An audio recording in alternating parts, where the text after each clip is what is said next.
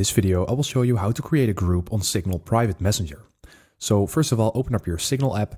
And if you want to create a group, you need to click on the pencil icon at the top right. So let's go ahead and do that. And from here, you need to click on New Group. So let's click on this. And now you can basically select the members of the group. And I'm going to select this member in here. And after you have selected everyone, you can just go ahead and click on Next at the top right. And from there, you can give the group a name. So let's call it something like this. You can give it an avatar. And you can select if you want to have disappearing messages in this group. So let's say you want messages to disappear after an hour, then I'm going to set it to 1 hour in here, click on set. And now I can see all the members of the group. And at the top right, I can click on create. So let's go ahead and do that. As you can see, the group is right now created.